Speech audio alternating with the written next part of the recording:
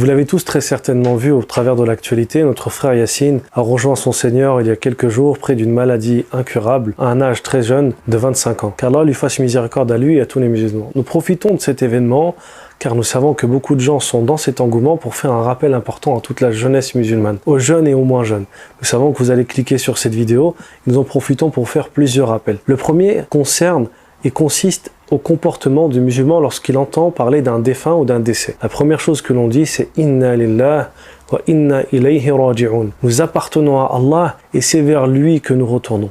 Dès que nous entendons qu'un tel des musulmans est mort, nous disons cette phrase. Ensuite, la deuxième chose très importante à mentionner, c'est le fait de ne mentionner que le bien parmi les choses qu'ont faites les personnes qui ont disparu. Ce hadith, bien qu'il y ait divergence là-dessus, une parole qui est rapportée de notre messager sallallahu alayhi wa sallam qui nous dit « Mentionnez vos défunts uniquement par les bonnes choses, les choses positives qu'ils ont apportées et ne mentionnez pas les choses qui pourraient être mauvaises. » Et nous sommes tous des êtres humains. Nous apportons tous à cette humanité des choses bonnes et des choses mauvaises. Quand une personne disparaît, il est de notre devoir de garder en mémoire que les choses positives. Ensuite, une troisième chose. Une personne qui meurt sur la parole de la ilaha illallah, sur la parole de tawhid, de l'unicité d'Allah, nous souhaitons pour lui la miséricorde d'Allah, qui qu'il soit, quoi qu'il ait fait. Qu'il soit mort devant la Kaaba, en train de se prosterner devant Allah, ou en train de commettre un péché, quelle que soit la situation dans laquelle il meurt, on demande à Allah Ta'ala de lui pardonner et de l'accepter dans son paradis. Ceci est la croyance et la doctrine des musulmans. Ensuite, nous allons faire deux rappels principaux.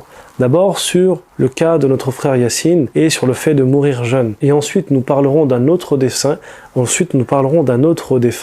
d'un autre décès d'une personnalité importante et nous en tirerons des leçons incha'Allah ta'ala. La première des choses, le prophète sallallahu alayhi wa sallam nous dit dans un hadith Al-kayyisu man wa'idha bi ghayrihi. L'homme doté d'intelligence est celui qui tire des leçons de ce qui arrive aux autres. Celui qui, au travers de ce qu'il voit autour de lui, il voit des rappels, des leçons et des morales.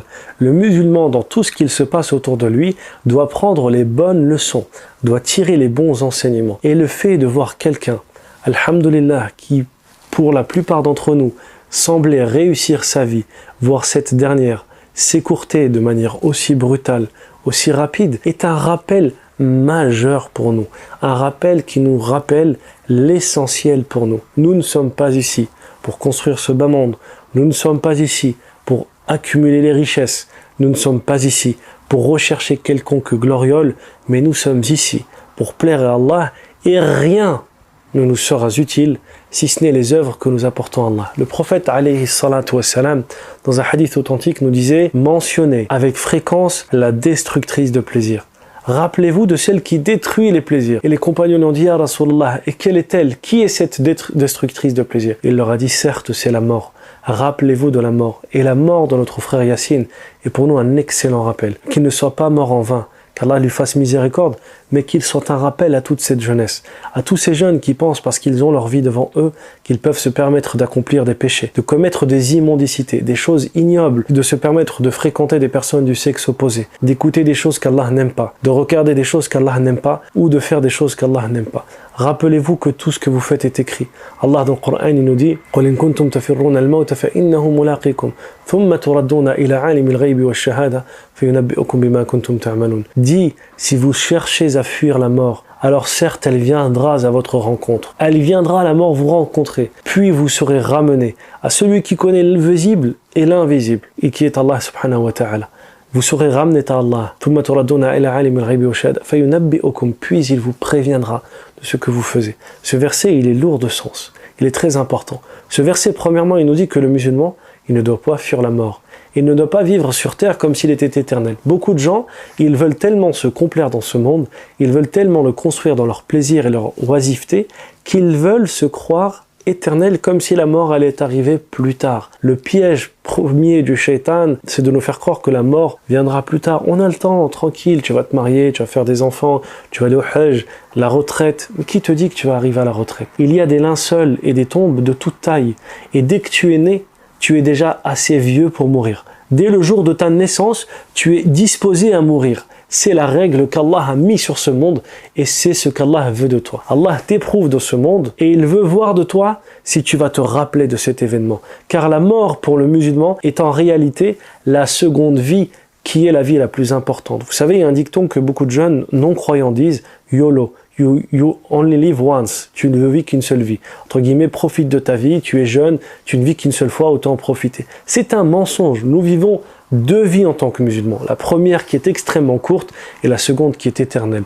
Et ô combien est bête le musulman qui va délaisser la vie de l'au-delà uniquement pour quelques plaisirs de ce bas monde. L'imam Ibn al-Qayyim, rahimahullah, il nous dit « Wallahi, tous les plaisirs de ce bas monde ne valent pas une heure de châtiment d'Allah. » Ils ne valent pas une heure de châtiment d'Allah. Pourquoi ? Le prophète sallallahu alayhi wa sallam nous dit « Le feu de l'enfer a été combusté pendant 1000 années, jusqu'à ce que son feu devienne blanc. » Pendant 1000 ans, on a alimenté le feu de l'enfer. 1000 années, je ne sais pas si vous vous rendez compte, jusqu'à ce qu'il devienne blanc. Puis 1000 autres années, jusqu'à ce qu'il devienne rouge.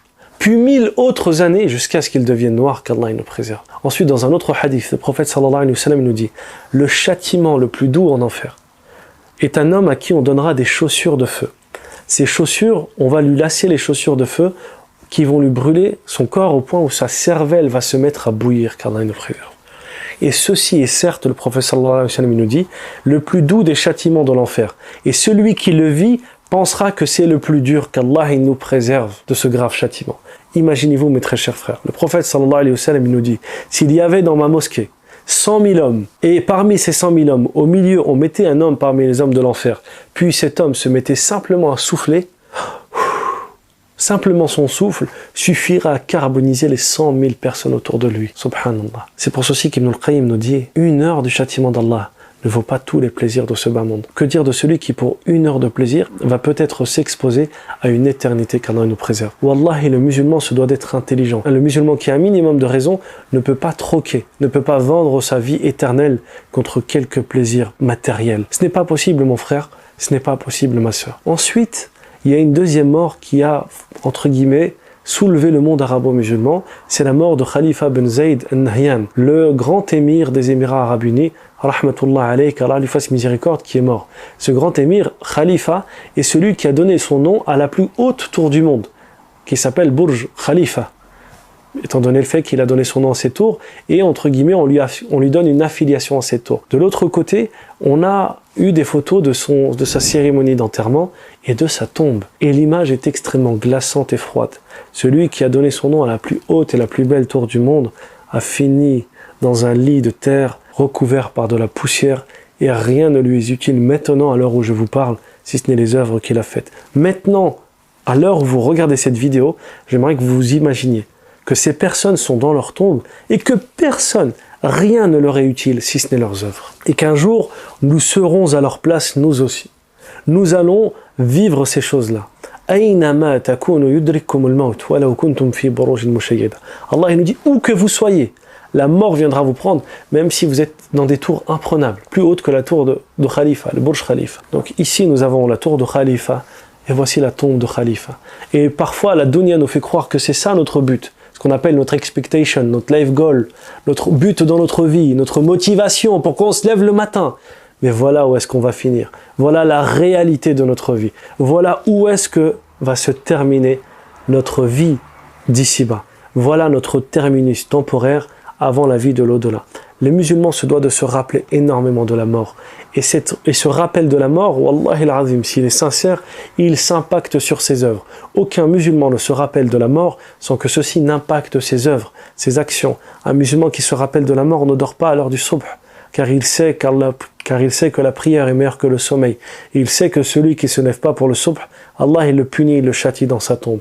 Le musulman qui a peur de la mort n'insulte pas, ne maudit pas, ne se bat pas, ne vole pas, ne commet pas de péché, car il craint son Seigneur. Et s'il vient à pécher, il le regrette amèrement, il pleure, car il sait qu'un jour il va se trouver dans un trou noir, 6 pieds sous terre, et personne ne se rappellera de lui. Au début, nos proches nous pleurent, les gens se rappellent de nous disent repose en paix, ça dure un jour ou deux, puis quelques semaines, et au bout d'un moment, la vie reprend son cours et son droit, et les gens nous oublient comme nous avons oublié les gens qui sont morts parmi les nôtres. Rappelons-nous de la dernière fois qu'une personne parmi nos proches est décédée.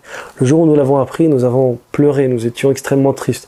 Le lendemain, la semaine d'après, et puis maintenant, quand on le mentionne, on a quelque chose qui traverse notre corps. On lui dit rahimahullah, mais ce n'est plus la même chose qu'au début.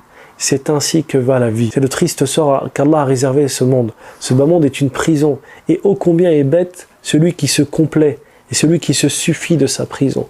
L'homme doit chercher à se libérer de cette prison, à chercher à trouver la liberté de son âme et à trouver les plaisirs éternels qu'Allah lui a réservés pour ceux qui sont croyants auprès de lui. J'espère que ce rappel vous sera utile, mes très chers frères, mes très chères sœurs. Je profite également de cette occasion pour vous inciter, tous et toutes, à vous repentir sincèrement auprès d'Allah, à changer vos fréquentations, à changer vos actions si elles sont mauvaises. Et vous rappelez qu'un jour, vous serez questionné sur le fait que vous avez regardé cette vidéo. Est-ce qu'elle vous a été utile et vous a permis de vous rapprocher d'Allah, ou est-ce qu'elle vous a été inutile parce que vous l'avez écoutée sans en tirer une leçon et vous avez continué dans vos bêtises? Et alors dans ce cas-là, elle sera un rappel contre vous qu'Allah nous préserve. Je vous remercie et je vous dis à très vite, Inch'Allah Ta'ala, pour une nouvelle vidéo sur Jannah Télévision.